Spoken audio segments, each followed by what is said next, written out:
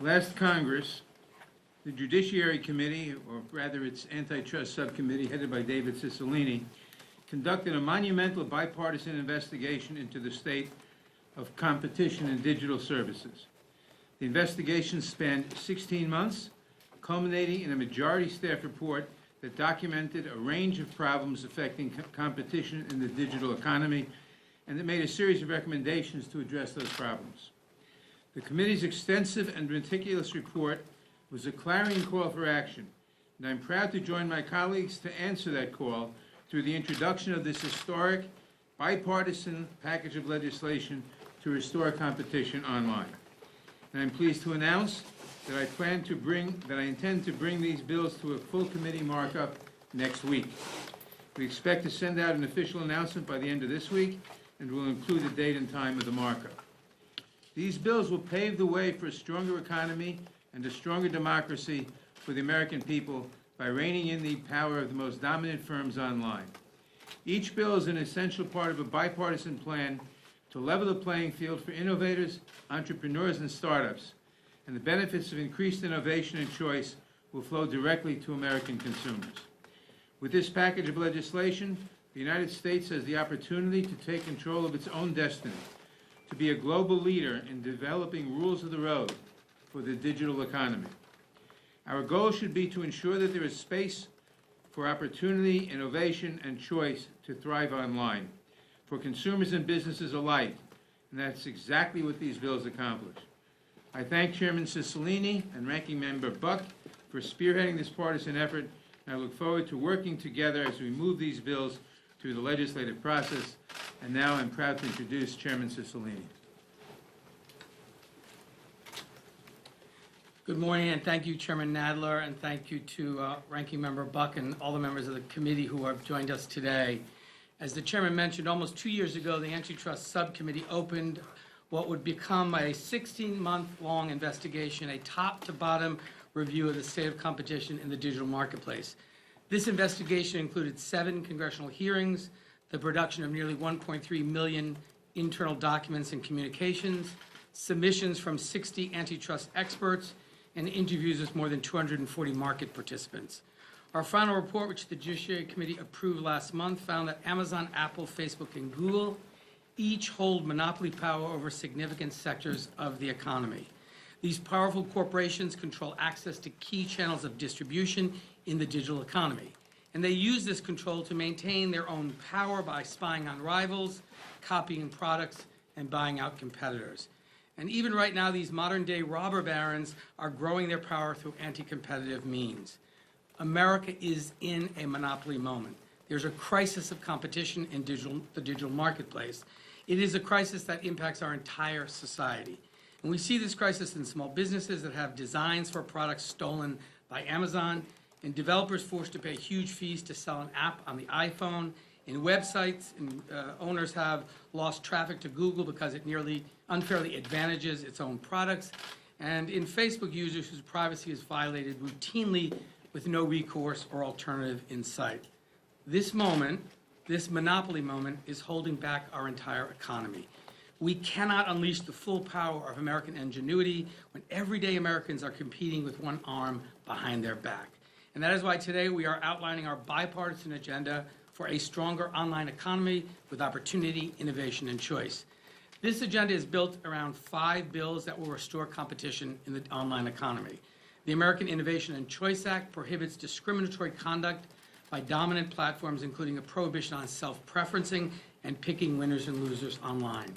The Platform Competition and Opportunity Act prohibits acquisition of competitive threats by dominant platforms, as well as acquisitions that expand or entrench the market power of online platforms.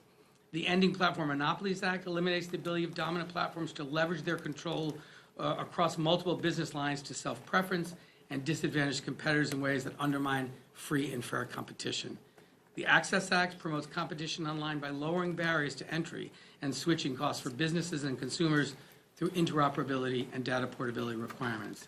And finally, the Merger Filing Fee Modernization Act updates filing fees for mergers for the first time in 2 decades to ensure that the Department of Justice and the Federal Trade Commission have the resources they need to aggressively enforce the antitrust laws.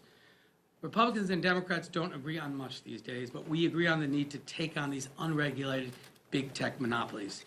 I've been proud to lead this effort for the last 2 years, and I'm excited at our next steps on this important journey. And I want to thank Chairman Nadler for his support. But I just want to take a moment to say that we would not be here today without the support of so many men and women on both sides of the aisle. We're showing that bipartisanship is still possible in this day and age. Today, we are going to hold big tech accountable, level the playing field, and get our economy moving again.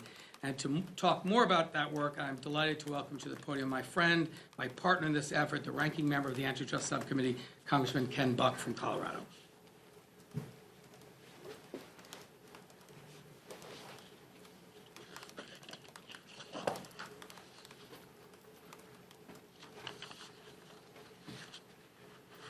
If you'd asked me a year ago if I thought I would be here, I wouldn't have answered yes to that question. I want to thank my colleagues for working in a very serious way to address the problem of big tech's monopoly power. The bills we introduced last Friday are the culmination of an 18-month-long bipartisan investigation into the monopoly power of big tech. Throughout the investigation, we heard firsthand the gross abuses that Amazon, Apple, Facebook, and Google engaged in using their market-dominant positions. Big tech has routinely used their gatekeeper power to crush competitors, harm innovation, distort and destroy the free market, and silence conservatives. This legislation represents a scalpel, not a chainsaw, to deal with the most important aspects of antitrust reform.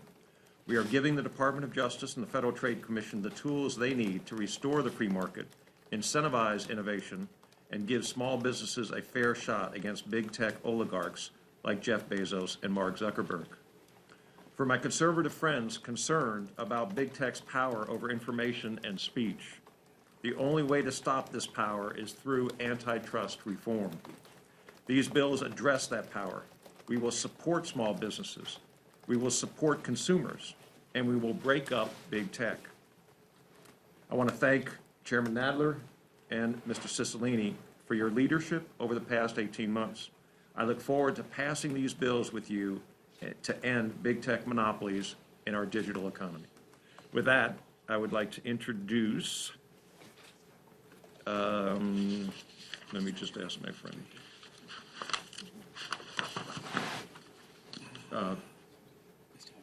Ms. Jayapal. Thank you, Ranking Member Buck, and thank you, Chairman Cicilline and Chairman Nadler, for your tremendous leadership, and to all of my bipartisan colleagues who are here today. This is a big moment, I think, for many of us. I'm proud to be the Vice Chair of the Antitrust Subcommittee, but also someone who represents a congressional district that has long been a global pioneer, innovator, and leader in technology. Before I talk about our historic, necessary, and bipartisan legislation, I just want to remind you of 3 moments that helped set the stage for this particular bill that I am introducing. First, July 16th, 2019, I asked Amazon's Associate General Counsel about the tech giant's use of third-party seller data to create products that compete with sellers on their platform. Under oath, he said, we do not use any of that specific seller data in creating our own private brand products to compete with businesses on Amazon's platform. But nearly a year later, the Wall Street Journal published an investigation that showed that to be a lie. Amazon has been using data from its own independent sellers, small businesses across America, to launch competing products. In fact, a former Amazon employee told our committee that it was, quote, a candy shop where everyone can have access to anything they want. When it comes to using seller data, and in July I asked Jeff Bezos about this anti-competitive practice, and he did not deny it. That brings me to a second moment, which occurred on the same day. I expressed to Sundar Pichai the deep urgency we feel to protect independent journalism. We already knew that Google makes most of its revenue by selling advertising. But what became clear is that the tech giant has total control of the ad market. Put another way, Google is running the marketplace while also acting on the buy side and the sell side all at the same time. That's not only a major conflict of interest, it's also a monopolistic practice with no regulation. It hurts the free press, it hurts small businesses, and it hurts competition. And that takes us to Facebook. Beyond asking about the tech giant's practice of copying, acquiring, and killing rivals, I asked about the work that Facebook is doing to address the hate speech on its platform. Zuckerberg essentially said the company is too big to care. What was clear then is at the heart of today's legislation, these unregulated tech giants have become too big to care and too powerful to even put people over profits. So now, this is the moment where in a bipartisan way, we are introducing legislation that allows Congress to regulate these marketplaces so no companies have a platform so dominant that they are monopolies. Not only is self-regulation by big tech patently ineffective, it also comes at the direct expense of consumers, small businesses, local communities, the free press, and workers. So the Ending Platform Monopolies Act is a structural solution to a structural problem. It eliminates the conflicts of interest that arise from a dominant platform's ownership and reach across multiple business lines. And it ends a dominant platform's ability to leverage its control to disadvantage competition. It makes it unlawful for a dominant online platform to simultaneously own another line of business when that dual ownership creates a conflict of interest. And it requires dominant platforms to divest lines of business where the platform's gatekeeper power allows it to favor its own services or disadvantage rivals. I am so excited that we have this moment to reassert the power of Congress with landmark bipartisan bills to rein in anti-competitive behavior, prevent monopolistic practices, and restore fairness and competition, all while leveling the playing field and allowing innovation to thrive. And now, I believe I'm turning it over to Lance. Mr. Owens. Oh, Mr. Owens. Okay, we switched it. Mr. Owens. Thank you so much. In early 2000s, I worked at Nextel as a corporate accounts rep. No one owned their phone numbers at the time, and we could not take our data from one carrier to the other. Thanks to the Telecommunication Act, consumers took control over their phone numbers, communications, and data. Americans should always be able to seamlessly transfer their data from one platform to the other. It's something we take for granted today. As we go out and buy our phones, we think about price, coverage, and service, not the fact that we can take our data with us or not. The Access Act allows portability and interoperability, which basically says that the power that big tech has over our consumer data, we now should be able to not only decide who can use it, but what is being used. And I look forward to this control, as we did back in early 2000s, coming now to our consumers here in 2021. Thank you very much. Go ahead. Well, good morning. This is a very serious subject, but I'll just first say I thought I was the most fashionable member of the Colorado congressional delegation, and I stand corrected in light of the minority members' very nice tan suit. I want to say first and foremost thank you to Chairman Cicilline and to my colleague from Colorado, Ranking Member Buck. This is how congressional oversight should work, done on a bipartisan basis to solve a consequential challenge that faces our country and our society. And I'm so grateful for his leadership and for Chairman Cicilline's leadership and, of course, the chairman of our full committee, Chairman Nadler, as we bring forward this bipartisan package, a package of bills that will truly benefit American consumers, American innovation, and ultimately a stronger online economy. In my district, I represent Colorado's 2nd District. We are home to a healthy startup and entrepreneurship hub. A thriving, competitive environment promotes Colorado ingenuity in renewable energy and in virtual platforms and countless other fields. However, in the wake of such opportunity in Colorado and elsewhere, the growing concentration of monopoly power in big tech is a salient threat. Congress has a vital role to play in ensuring that ultimately markets are working in a way that benefits consumers, benefits small businesses, innovation, and ultimately our democracy. This legislative action is a critical and historic step in that process. And before I came to Congress, I was a former regulator. I led Colorado's Enforcement Agency for Consumer Protection for many years, the state counterpart to the SEC and the FTC. And given that experience, I know how critical it is for our enforcement agencies to have the necessary resources and the tools to do their job. Addressing anti-competitive behavior and investing in antitrust enforcement will expand opportunities for consumers, for workers, and for small businesses, and ensure that we are safeguarding market competition and the innovation at the heart of the American economy. And that is why today, or rather last week, as part of this legislative package, we introduced the Merger Filing Fee Modernization Act with my colleague, Representative Sparks, who will speak in a moment. Bipartisan legislation that will update merger filing fees for the first time, as Chairman Cicilline said, in over 2 decades, ensuring that parties to larger mergers pay their fair share and consumers don't have to foot the bill. This is a bill, I should mention, that has already passed the United States Senate. It's a bill that we can get to President Biden's desk for his signature, and we intend to do everything that we can to make that happen. With that, I want to introduce my colleague, and certainly grateful for the opportunity to partner with her on this effort, Representative Sparks. Thank you. Just add that it was unanimously supported in Judiciary Committee in the Senate, so it's very good. But we all know that free enterprise, competition, and economic freedom are essential to our political freedoms. And I might not agree with all of the bills in this package, and I don't. I might not agree why we have monopoly problems, oligopoly problems, but we do have these problems. Not just in big tech, healthcare, hospital monopoly, PBM monopoly.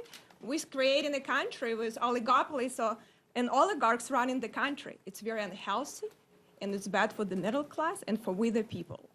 So I appreciate to have a deliberation and debate on these issues, and we should vigorously debate policy solutions, but that's what Congress should be, about debate, deliberation, developing great policies that benefit we the people.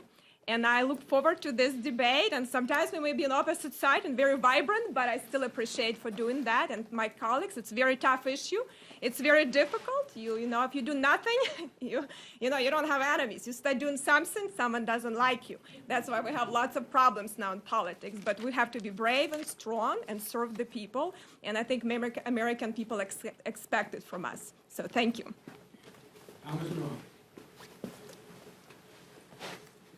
Well, I thank all my colleagues for all their work on this, particularly the chair and ranking member and chair of the committee. I'm happy to be standing here, and I'll take a page out of my colleague's playbook when she referenced the fact that we don't all agree on every one of these bills.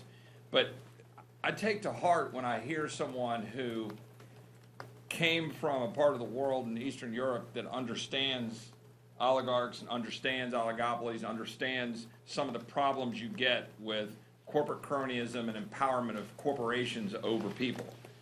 We saw last year, and we have varying opinions about the why and the how, but we saw last year Amazon make about $100 billion in additional revenue with 100,000 small businesses, over 100,000 small businesses across this country closing down.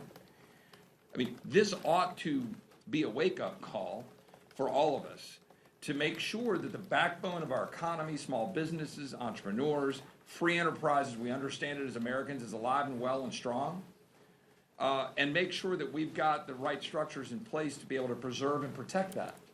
Look, I've had a Gmail account for almost 20 years, right? I mean, I use Amazon. I'm happy to have stuff shipped to my house. All of us do. I don't use Facebook. My wife does. I see pictures that she puts in front of me on Facebook.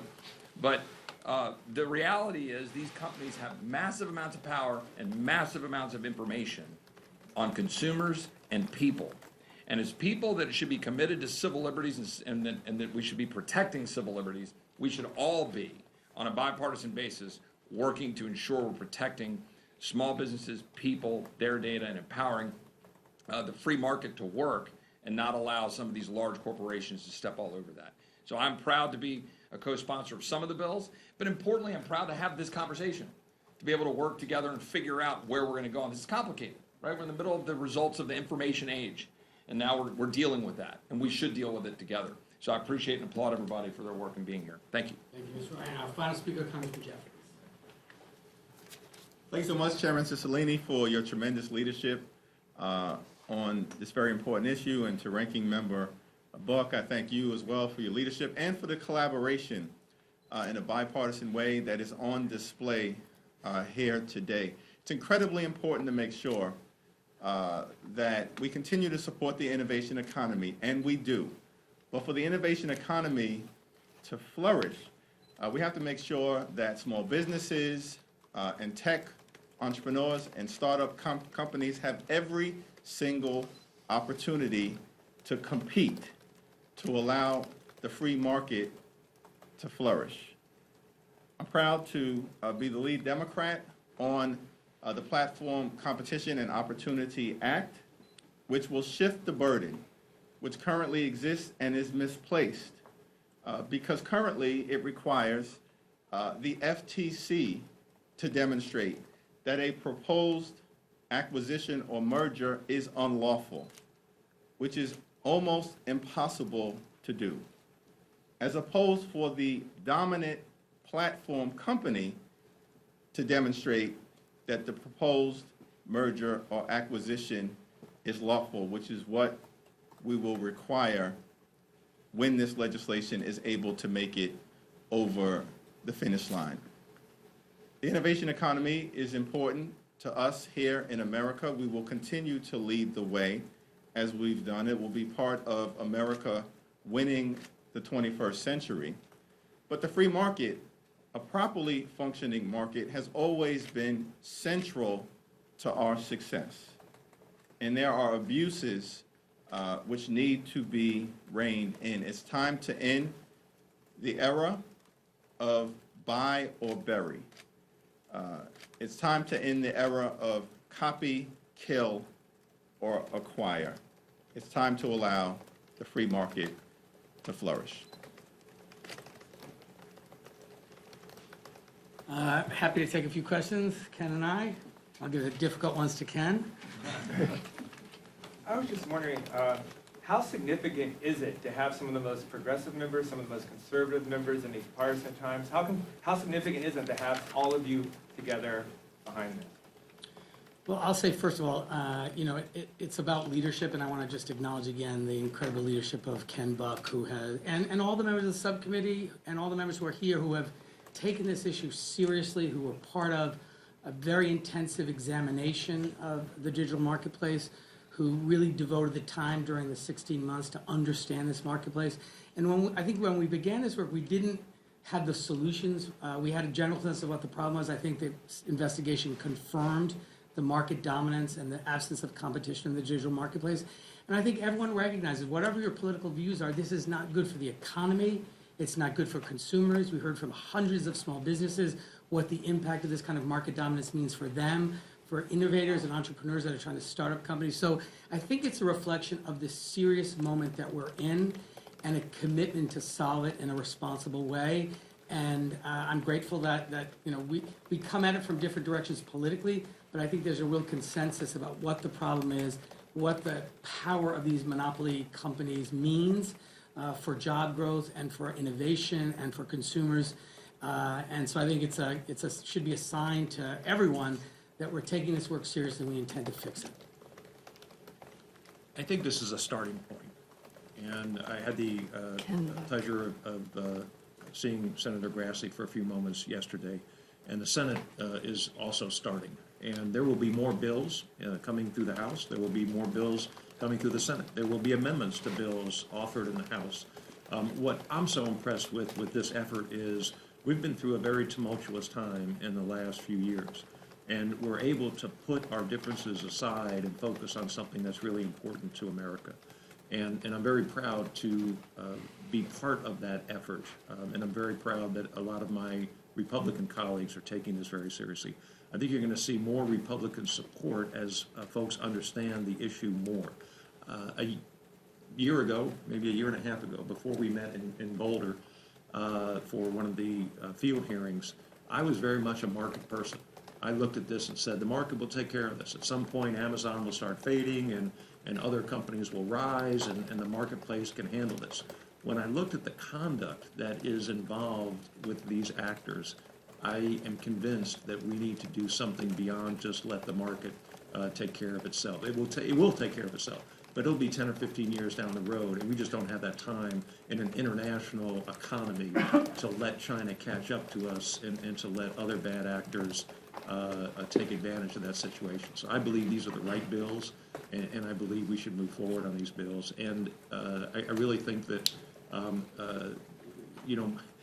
my governor, Jared Polis, and I offered 10 or 12 bills a year together jointly. And I think it is very common, actually, to see progressives and conservatives find common ground on important issues like this. On the edges, right? Together. On the edges. Yeah, so a lot of countries have, well, Australia has their legislation is forcing big tech companies like Google and Facebook to pay publishers for news, and of course this has become a big thing. I'm wondering if there's any appetite for that with these sets of bills. Is that something you guys are looking at? Well, we have the Journalism Competition Preservation Act that Congressman Buck and I have introduced. We're working on some revisions to that, but I think that's another example of the enormous power of these platforms to essentially collect these news stories, use them without compensation to the producers of that content, and it's led to devastating consequences for local news, local newspapers, local broadcasters. So we have a measure that's attempting to address that in the short term, but it's just one more reflection of the incredible market dominance of these firms that essentially dictate terms of how they're going to use content from newspapers. So we're going to continue to work on that. I think that bill's not part of this set of bills, but we recognize it's a serious problem because unlike kind of the sale of widgets, this is about the ability to access trustworthy, reliable news, which is so essential to the functioning of our democracy. And when you look at the number of local newspapers that are going out of business, laying people off because they can't compete, because all their content's being taken and the ad revenues are going to the platforms, it's a broken model that's resulting in a real demise of local news, which has implications for our democracy. So the first hearing we had in this investigation was on this issue, so I hope that we will have a legislative solution to introduce in kind of the next suite of bills on this question. Yes, sir. Chairman Cicilline, I wonder if you can talk about Lena Khan a little bit. Obviously played a major role in the investigation that your subcommittee performed. Now going to be chairing the FTC, the agency that is going to be carrying out many of the functions that are contemplated in these bills. Can you talk a little bit about what you hope the FTC can accomplish under Lena Khan's leadership, particularly as you push this legislation forward? I mean, I think one of the things that struck me, and I think so many others, is the level of inaction by the antitrust enforcement agencies, both at the DOJ and the FTC. And by the way, that was Republican and Democratic administrations. There just wasn't robust antitrust enforcement. So what we, I think, see as our responsibility is to make sure these agencies are properly funded, and that's where Congressman Negus's bill is going to be so critical, making sure they're staffed and led by people who are sufficiently creative and serious about this work, and to be certain that they have the tools necessary to be successful in their antitrust enforcement. And so that may require some revisions in modernizing our antitrust law. So we have a legislative responsibility to pass legislation that fixes the lack of competition in the marketplace statutorily. They have enforcement authority and responsibilities to litigate individual cases against individual companies. I look forward to working very closely with Chairwoman Khan and the FTC when she's confirmed to that position. We've worked very closely with the department and with the FTC in the development of this first set of bills, but I think we can expect a very different approach to this monopoly moment and the enormous market dominance of these technology firms with Lena Khan at the head of the FTC. Do you expect the chairwoman to take a more aggressive approach, tailored kind of to her experience on the subcommittee? Well, I would never presume to speak for her, but I'm very proud that she was a very key part of the investigation, the report that we generated, and the bills we're introducing today. Yes. Do you intend these bills to apply to Microsoft or only the 4 companies that were the subject of the report? The legislation and all of the bills has a definition for covered platforms that requires it to meet 3 requirements. One, that it have a market cap of $600 billion, that it have users above a certain number, and that it be a critical trading partner. And so that will be a determination that has to be made by the enforcement agencies as to whether or not Microsoft is a covered platform. But that standard is the same standard in all 5 pieces of legislation. I think we have time for a couple more. Yes? I was hoping you could explain a little bit about the differences between the American Choice and Innovation Act and the Ending Platforms Act? Because it seems like two ways of getting at the same behavior. So are there different behaviors that they're meant to address, and what's the legislative strategy for having kind of overlapping bills? Well, you know, I don't, okay, so the American Innovation Choice Online Act is a bill which prohibits behavior which favors your own goods and services. So it's intended to prohibit anti-competitive behavior by platforms. And the structural separation bill requires a separation of different lines of business where those conflicts, as Ms. Jayapal explained, exist. And the strategy of having multiple bills is, you know, this is a big area. There's a lot of issues that need attention. We're lucky to have champions in each of these areas that are leads on both the Republican and Democratic side. And look, the reality is we're fighting enormous companies that have, you know, with tremendous economic power comes tremendous political power. I think my friend Ken Buck refers to it as to the lobbying or the swamp of Washington. They're going to mobilize hard against these reforms because they don't want to change an ecosystem that is generating profits that are historic in the history of the world. They want to preserve all of this anti-competitive behavior because it's enriching them, it's creating tremendous wealth and tremendous market power. So it also is a strategy of diffusing some of that by having a bunch of champions rather than just one on each side and different bills. So that's part of the thing. I think we can take one more. This is actually a question for Representative Oh, good. Sorry. You've mentioned, you know, you've hinted that not everyone in the caucus and your side of the on the aisle will support these bills. And could you just talk a little bit more about how you're going to try and convince them? And have you started having discussions with leadership, including Ranking Member Jim Jordan? Yes, I don't think all Democrats will support these bills. I don't think all Republicans will support these bills. I think the critical piece is that we see this as a starting point, and we are open to making these bills better, both here and on the Senate side, and then together. If we don't start somewhere, if we don't do something, this problem becomes much, much bigger. And I think that as I have had discussions with a lot of Republicans, and I will continue to have discussions with a lot of Republicans. I think what Congresswoman Sparks said is absolutely true. The inertia that exists in Congress is at historic levels right now. You keep your head down, you avoid the electioneering commercials that will come with trying to take a risk and do something good. A lot of us came here to do good and then get the heck out of here.